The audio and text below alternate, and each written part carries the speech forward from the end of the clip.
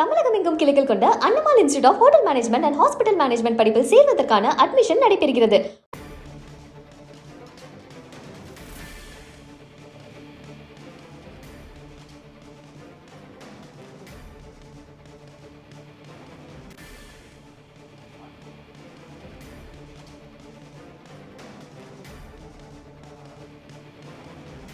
குஜராத் மாநிலம் அகமதாபாத்தில் இருந்து பயணிகள் விமானம் புறப்பட்ட 5 நிமிடத்திற்குள்ளேயே மருத்துவ மாணவர்கள் தங்கியிருந்த விடுதியை விழுந்து நொறுங்கி விபத்துக்குள்ளானது. இந்த விபத்தில் இதுவரை 130க்கும் மேற்பட்டோரின் உடல்கள் கருகிய நிலையில் மீட்கப்பட்டிருக்கும் நிலையில் மேலும் உடல்களை மீட்கும் பணிகளும் காயமடைந்தவர்களை துரிதமாக மருத்துவமனைக்கு அனுப்பி வைக்கும் பணிகளும் அங்கு நடைபெற்று வருகிறது.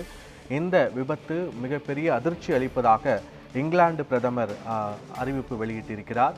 அகமதாபாத்தில் நடக்கும் இந்த காட்சிகளை காணும்போது மிக வேதனையாக இருப்பதாகவும் இங்கிலாந்து பிரதமர் வேதனை தெரிவித்திருக்கிறார்.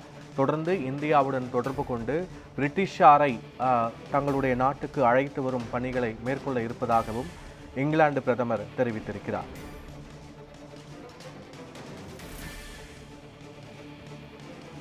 இந்த விபத்தில் இங்கிலாந்தை சேர்ந்த 53 பயணிகள் விபத்தில் சிக்கியிருக்கிறார்கள். இவர்களின் நிலை என்னவாக இருக்கிறது என்பது தொடர்பாக இன்னும் அதிகாரப்பூர்வ தகவல்கள் வெளியாகவில்லை. மீட்பு பணிகள் முழு வீச்சில் நடைபெற்றுக் கொண்டிருப்பதால் மேலும் மீட்கப்படும் உடல்கள் அனைத்தும் கருகிய நிலையில் மீட்கப்படுவதால் அவர்களை அடையாளம் காணுவதில் சிக்கல்கள் நிலவுகிறது.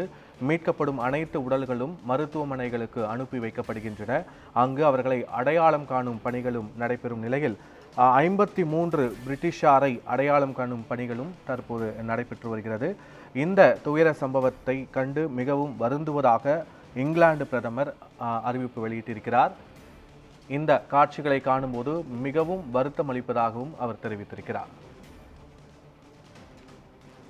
மேலும் விவரங்களோடு எமது செய்தியாளர் திருலோகச்சந்தர் இணைந்திருக்கிறார். திருலோகச்சந்தர், வெளிநாட்டு பயணிகளும் இந்த விபத்தில் சிக்கியிருக்கும் கூடும் என்ற நிலையில் இங்கிலாந்து பிரதமரும் இந்த காட்சிகள் எல்லாம் வருத்தம் அளிக்கிறது. அவர்களை இந்தியாவுடன் தொடர்பு கொண்டு நாங்கள் இந்த பணிகள் குறித்து ஆராய்ந்து வருகிறோம் என்ற பதிவையும் வெளியிட்டிருக்கிறார். விவரங்கள் என்ன? நிச்சயமாக பத்மநாபன், அதாவது 242 பயணிகளுடன் குஜராத் மாநிலம் அகமதாபாத்தில் இருந்து லண்டன் நோக்கி புறப்பட்ட விமானமானது புறப்பட்ட சில நிமிடங்களிலேயே கீழே விழுந்து நொறுங்கி முற்றிலுமாக விபத்துக்குள்ளானது.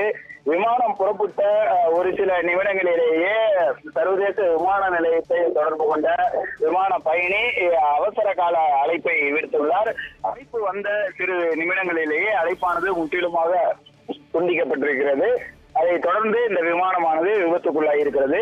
இந்த விபத்தில் 242 பயணிகள் இருந்த நிலையில் 169 இந்தியர்களும் 53 பிரிட்டிஷ் நாட்டை சேர்ந்தவர்களும் இருந்திருக்கிறார்கள். அது மட்டும் இல்லாமல் கனடா, போர்ச்சுகல் நாட்டை சேர்ந்த பயணிகளும் இந்த விமானத்தில் பயணித்திருக்கிறார்கள். இதனால் அந்த நாட்டினுடைய வெளியுறவுத்துறை அமைச்சர்கள் எல்லாம் தொடர்ந்து இந்திய அரசுடன் தொடர்பில் இருக்கிறார்கள். அது மட்டும் இல்லாமல் அங்கிருக்கக்கூடிய விமான நிலைய அதிகாரிகளும் இந்திய நாட்டினுடைய விமான நிலைய அதிகாரிகளை தொடர்பு கொண்டு விவரங்களை கேட்டறிந்து வருகிறார்கள். இந்த நிலையில் பிரிட்டிஷ் பிரதமர் வெளியிட்டுள்ள அறிவிப்பில் இது மிகப்பெரிய வேதனை அளிக்கக்கூடிய ஒரு விஷயமாக தெரிவித்திருக்கிறார். அது மட்டும் இல்லாமல் தன் நாட்டை சேர்ந்த 53 பயணிகளினுடைய விவரங்களையும் கேட்டறிந்து வருவதாகவும் தொடர்ந்து இந்திய விமானத்துறையினுடன் தொடர்பில் இருப்பதாகவும் மீட்பு பணிகள் நடைபெற்று வருவதாகவும் தெரிவித்திருக்கிறார். இந்த விபத்தில் சிக்கி இருப்பவர்களில் தற்பொழுது வரை 133 உடல்கள் கருகிய நிலையில் மீட்கப்பட்டிருக்கிறது. இந்த உடல்கள் எல்லாம் கருகிய நிலையில் இருக்கக்கூடிய ஒரு சூழலில் சாதாரணமாக அவர்களை அடையாளம் காண முடியாத ஒரு நிலை ஏற்பட்டிருக்கிறது. அது மட்டுமல்ல, இந்த விமானமானது மருத்துவ மாணவர் விடுதியில் சென்று விழுந்திருக்கிறது. அங்கு மாணவர் விடுதியும் தீப்பற்றி எரிந்திருக்கிறது.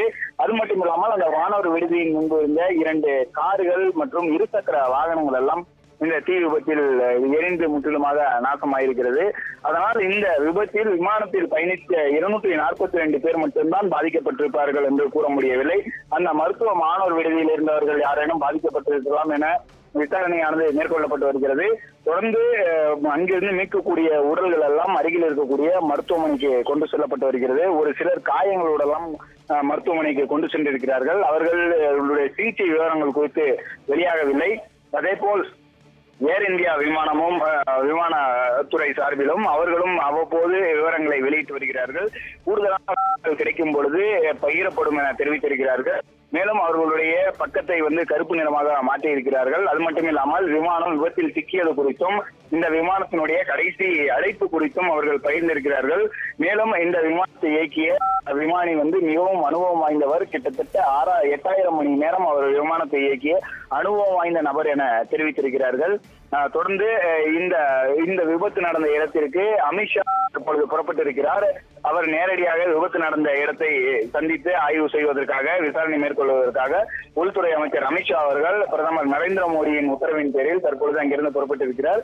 அதே போல் வான்வழி போக்குவரத்து துறை அமைச்சர் ராம்மோகன் நாயுடும் சம்பவம் நடந்த விபத்து நடந்த அகமதாபாத் பகுதிக்கு வர இருக்கிறார்கள்.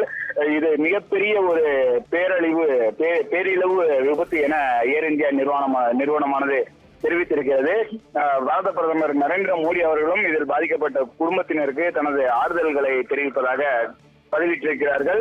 மேலும் குஜராத் மாநில அரசு சார்பில் ஒரு கண்ட்ரோல் ரூம் அமைத்து உதவி எண்கள் அறிவித்திருக்கிறார்கள். அதே போல் ஏர் இந்தியா விமான நிலையம் சார்பில் அவர்களும் ஒரு கண்ட்ரோல் ரூம் அமைத்து அவர்களும் அவசர கால உதவி எண்கள் அறிவித்திருக்கிறார்கள். அதே போல் பிரிட்டிஷ் அரசாங்கமும் அவர்களும் அந்த நாட்டில் இருக்கக்கூடிய இந்த விமான விபத்தில் சிக்கியவர்களுடைய உறவினர்கள் தொடர்பு கொள்வதற்கு வசதியாக தொடர்பு எண்களை எல்லாம் அறிவித்திருக்கிறார்கள். தொடர்ந்து பல்வேறு கோணங்களில் இந்த விபத்து குறித்த விசாரணைகள் எல்லாம் முடுக்கிவிடப்பட்டிருக்கிறது. முதற்கட்டமாக இந்த விபத்தில் எரிந்த தீகள் எல்லாம் அணைக்கப்பட்டு கட்டுக்குள் கொண்டு வரப்பட்டிருக்கிறது. அடுத்த கட்டமாக அங்கிருந்து ஒவ்வொரு உடல்களாக மீட்கப்பட்டு தற்போது வரை 133 உடல்களானது எரிந்த நிலையில் மீட்கப்பட்டிருக்கிறது. ஒவ்வொரு உடல்களும் தீயில் முற்றிலுமாக கருகிய நிலையில் மீட்கப்பட்டு மருத்துவமனைக்கு கொண்டு செல்லப்பட்டிருக்கிறது. இந்த உடல்களை எல்லாம் அவருடைய உறவினர்கள் வந்த பின்புதான் அடையாளம் காணப்படும். அது மட்டும் இல்லாமல் எரிந்த உடல்கள் அனைத்தும் DNA பரிசோதனை அடிப்படையில் தான் அடையாளம் காணப்படும் என கூறப்படுகிறது. மேலும் இந்த விபத்தில் அனைவருமே தீ விபத்தில் சிக்கி மிகப்பெரிய பாதிப்பை சந்தித்திருக்கிறார்கள். பத்மநாபன்.